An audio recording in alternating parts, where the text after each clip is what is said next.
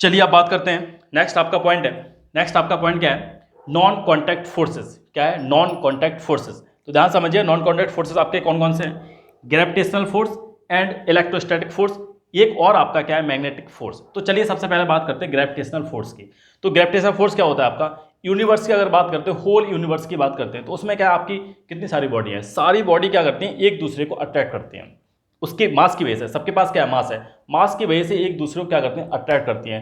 Universe, पूरे universe की बात कर रहे हैं, जितनी भी बॉडी है, जितनी बॉडी है सारी क्या करती हैं, एक दूसरे को अट्रैक्ट करने की कोशिश करती हैं। एक फोर्स वर्क करता है, एक फोर्स वर्क करता है जो कि क्या है, फोर्स ऑफ अट्रैक्शन। हमेशा ये फोर्स वर्क करता है, फोर्स ऑफ अट्रैक्शन। इसी फोर्स को बोला जाता है ग्रेविटेशनल फोर्स। क्या बोलेंगे, क्या बोला जाएगा? Gravitational, gravitational, gravitational force. Clear है?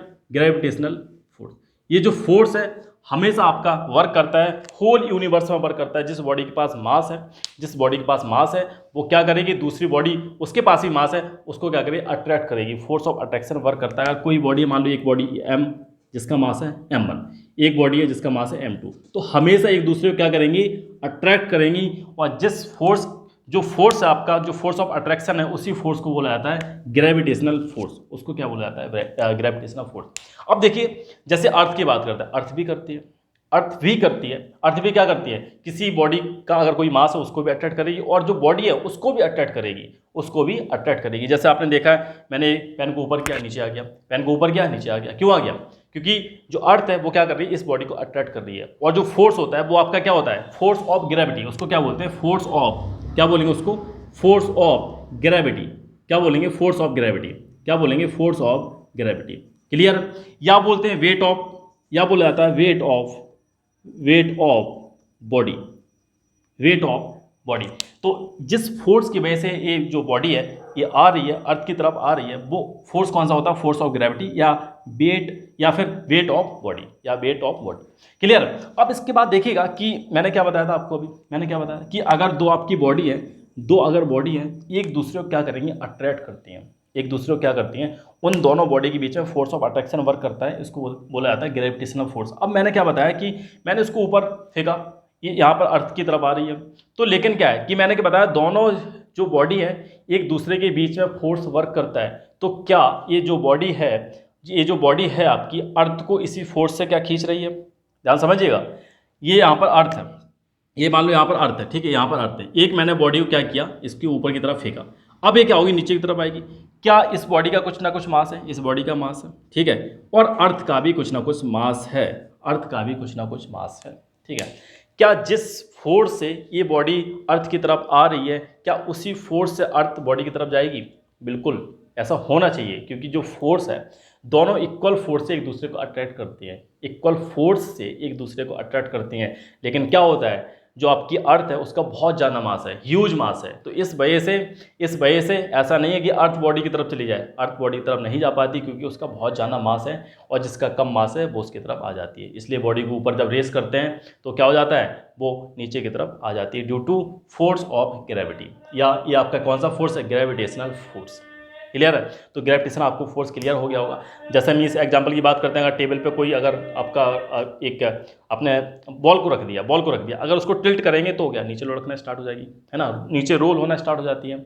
या आपने कॉइन को ऊपर उछालते हैं, ठीक है, तो एक पर्टिकुलर एक फिक्स हाइट तक जाती है, एक पर्टिकुलर हाइट तक जाती है, उसके बाद फिर रिटर्न बैक होकर नीचे आने स्टार्ट हो जाती है। जैसे एक बॉल है, उसको ऊपर आप क्या करते हैं, थ्रो करते हैं, तो वो भी एक पर्टिकुलर हाइट तक जाती है, इसके बाद नीचे आना स्टार्ट हो जाती है। क्लियर है? तो ये सारे कुछ एग्जांपल्स हैं ग्रेविटेशनल फोर्स के। नाउ अब बात करते हैं, हाँ, नेक्स्ट पॉइंट की तरफ चलते हैं, इलेक्ट्रोस्टैटिक फोर्स। क्या होता है इलेक्ट्रोस्टैटिक फोर्स, समझिए ध्यान से। इलेक्ट्रोस्टैटिक फोर्स क्या है, जैसे कि आपने पहले भी देखा होगा कि आपके चार्ज होते हैं, आपके क्या है, चार्ज है, आपके जो सेम चार्ज होते हैं, मीन्स आपके लाइक चार्ज होते हैं। क्या होते हैं आपके लाइक चार्ज? अगर पॉजिटिव चार्ज है, आपका क्या है, पॉजिटिव चार्ज है, या आपका नेगेटिव चार्ज है, तो ये जो चार्ज है आपके क्या है, लाइक चार्ज है, ये आपके क्या है, लाइक चार्ज है। क्लियर है? आपके क्या है, कौन से चार्ज हैं, लाइक चार्ज है। तो लाइक चार्ज हैं आपके, अगर आपके लाइक चार्ज हैं तो आप आपस में क्या करते हैं, जो आपके लाइक चार्ज हैं वो क्या करते हैं, जो आपके लाइक चार्ज हैं वो क्या करते हैं, एक दूसरे को रिपल करते हैं, एक दूसरे को रिपल कर रहे हैं। ये चार्ज हैं आपके क्या कर रहे हैं, एक दूसरे को रिपल कर रहे हैं। अगर ये अनलाइक चार्ज हो, ठीक है, डिफरेंट नेचर की हो, एक नेगेटिव हो और एक आपका पॉजिटिव, एक पॉजिटिव एक आपका नेगेटिव हो, तो क्या करेंगे, अट्रैक्ट करते हैं। तो फोर्स ऑफ, यहाँ पर कोई ना कोई फोर्स वर्क कर रहा है जिसकी वजह से रिपल कर रहे हैं, जिसकी वजह से ये क्या कर रहे हैं, अट्रैक्ट कर रहे हैं। उसी को फोर्स, उस फोर्स को बोला जाता है इलेक्ट्रोस्टैटिक फोर्स। वो कौन सा फोर्स होता है आपका, इलेक्ट्रोस्टैटिक फोर्स, जिसकी वजह से जो चार्ज है आपके एक दूसरे की तरफ आ रहे हैं या फिर एक दूसरे से दूर जा रहे हैं, अट्रैक्ट कर रहे हैं या फिर रिपल कर रहे हैं एक दूसरे को, वो कौन सा फोर्स होता है आपका, इलेक्ट्रोस्टैटिक फोर्स। कौन सा फोर्स होता है, इलेक्ट्रोस्टैटिक फोर्स। तो अब आपको इस पॉइंट को ध्यान रखना है, इलेक्ट्रोस्टैटिक फोर्स क्या होता है, जो कि चार्ज के बीच में वर्क करता है, चार्ज के बीच में वर्क करता है, जिसकी वजह से जो आपकी चार्ज है वो अट्रैक्ट हो रहा है या फिर एक दूसरे को क्या कर रहे हैं, रिपल कर रहे हैं। ठीक है, तो ये तो हो गया आपका इलेक्ट्रोस्टैटिक फोर्स। आप इसको देख सकते हैं, जैसे कि आप नहा के आइएगा, आपके बाल, जो आपके बाल हैं, हेयर हैं आपके, बिल्कुल सूखे हुए हैं, ठीक है, तो आप क्या करें, कॉम्ब लेके आइए, जो आपका कॉम्ब है उसको इससे यहाँ से रब करिए। जब आप रब करेंगे तो आपको क्या करना है, पेपर बिट, जो आपके पेपर बिट होते हैं, ठीक है, जो आपके पेपर बिट्स होते हैं, आपने देखा होगा पेपर बिट्स, छोटे छोटे पेपर बिट्स को आप उनको हल्का छोटे छोटे करके वहाँ पर आप कहीं पे प्लेस कर दिए टेबल पे। अब उसको जो आपने रब किया है, जो कॉम्ब आपने रब किया, उसको पास में लेके जाइए। तो पास में लेके जाएंगे तो क्या हो जाएंगे, जो आपकी बिट है पेपर के, वो क्या हो जाएंगे, उस पर चिपक जाएंगे, अट्रैक्ट हो जाएंगे, चिपक जाएंगे। ठीक है, आप इसको एक्सपेरिमेंट को करिएगा। तो वो क्या होता है, किसकी वजह से, इलेक्ट्रोस्टैटिक फोर्स की वजह से। क्या हुआ कि जैसे आप कॉम्ब को लेके गए इसके पास, तो इसके अंदर जो पेपर्स हैं उसके अंदर इंड्यूस्ड एक चार्ज इंड्यूस्ड हो गया अपोजिट पोलरिटी का। इस चीज़ को आप पढ़ते चले आ रहे हैं। जो आपकी अपोजिट पोलरिटी वाला चार्ज है उसमें क्या हो जाता है, इंड्यूस हो जाता है। इसकी वजह से वो क्या हो जाते हैं, अट्रैक्ट हो जाते हैं। ठीक है, क्या हो जाते हैं, अट्रैक्ट हो जाते हैं, क्योंकि जो आपके अनलाइक चार्ज हैं वो क्या करते हैं, एक दूसरे को अट्रैक्ट करते हैं। क्लियर है, तो ये फोर्स आपको इलेक्ट्रोस्टैटिक फोर्स इस एग्जाम्पल की बेस पर आप समझ। चलिए देखिएगा, अब आपका नेक्स्ट कौन सा है, मैग्नेटिक फोर्स। कौन सा फोर्स है आपका, मैग्नेटिक फोर्स। तो मैग्नेटिक फोर्स को ध्यान समझिएगा। मैग्नेटिक फोर्स क्या है, अगर आपकी मैग्नेट है, इस तरह से आपकी मैग्नेट दे रखी है, इसमें क्या होते हैं, पोल्स रहते हैं आपके, एक आपका नॉर्थ पोल होगा, एक आपका साउथ पोल होगा। ठीक है, नॉर्थ एंड साउथ पोल। अगर इसके पास, अगर एक आप डिफरेंट कोई और मैग्नेट को लेके आएंगे, अगर किसी और मैग्नेट को लेके आएंगे जिसका क्या है, अपोजिट नेचर है, यहाँ पर अगर नॉर्थ पोल है आपका, यहाँ पर साउथ है, तो यहाँ पर क्या होना चाहिए, नॉर्थ, मीन्स अपोजिट नेचर का है जो आप मैग्नेट लेके आए। यहाँ पर आपका नॉर्थ पोल है, यहाँ पर साउथ पोल है, और आपका जिसके अपोजिट साइड क्या है, साउथ है। तो अगर जो चार्ज में आपने देखा था, जो इलेक्ट्रोस्टैटिक चार्ज में देखा था, सेम यहाँ पर भी होता है। अगर आपका जो पोल है, अगर अपोजिट नेचर के एक दूसरे के पास आते हैं, अगर पास में आते हैं, कौन से, अपोजिट नेचर के जो आपके पोल हैं, तो क्या होगा, उनके बीच में आपको देखने को मिलेगा क्या, अट्रैक्शन। क्या देखने को मिलेगा, अट्रैक्शन। ये किसकी वजह से होता है, मैग्नेटिक फोर्स की वजह से। किसकी वजह से होता है, मैग्नेटिक फोर्स की वजह से। अगर आप क्या करेंगे, एक और मैग्नेट आपने यहाँ पर लेके आए, ठीक है, एक और मैग्नेट लेके आए। अब उसमें क्या किया आपने, उसमें क्या किया कि सेम नेचर के आप जो पोल हैं उनको पास लेके आए, सेम नेचर के पास में लेके आए। तो जब आप सेम नेचर के पास में लेके आएंगे तो क्या होगा, आपको क्या देखने को मिलेगा, फोर्स ऑफ रिपल्सन देखने को मिलेगा, फोर्स ऑफ रिपल्सन। तो ये फोर्स कौन सा आपका, मैग्नेटिक फोर्स है आपका, कौन सा है, मैग्नेटिक फोर्स है।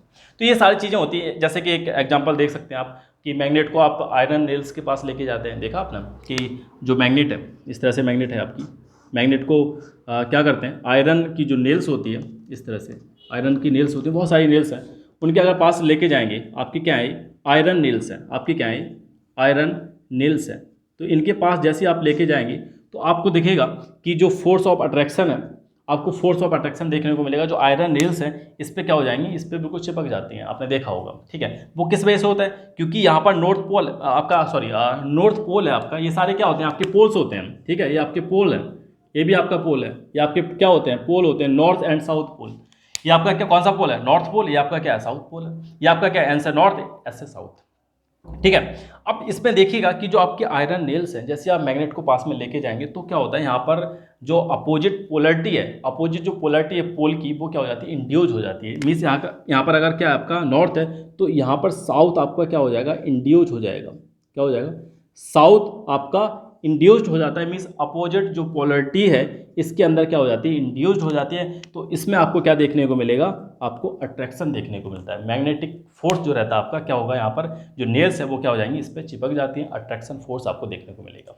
ठीक है, तो ये सारी चीज़ें थी, ये आपकी नॉन कॉन्टैक्ट फोर्सेस में थी। अब एक चीज़ का ध्यान रखिएगा आप कि जो आपने जैसे ग्रेविटेशनल फोर्स देखा था, तो उसमें क्या हो रहा था, हमेशा क्या हो रहा था, अट्रैक्शन हो रहा था कि जो आपकी मास है, जो आपकी बॉडी, इनके पास कुछ ना कुछ मास है, हमेशा क्या कर रही है, एक दूसरे को अट्रैक्ट कर रही है। तो ये जो आपका ग्रेविटेशनल फोर्स होता है, ग्रेविटेशनल फोर्स आपका होता है, वो क्या होता है, हमेशा अट्रैक्टिव नेचर का होता है। क्या होता है? अट्रैक्टिव नेचर का होता है।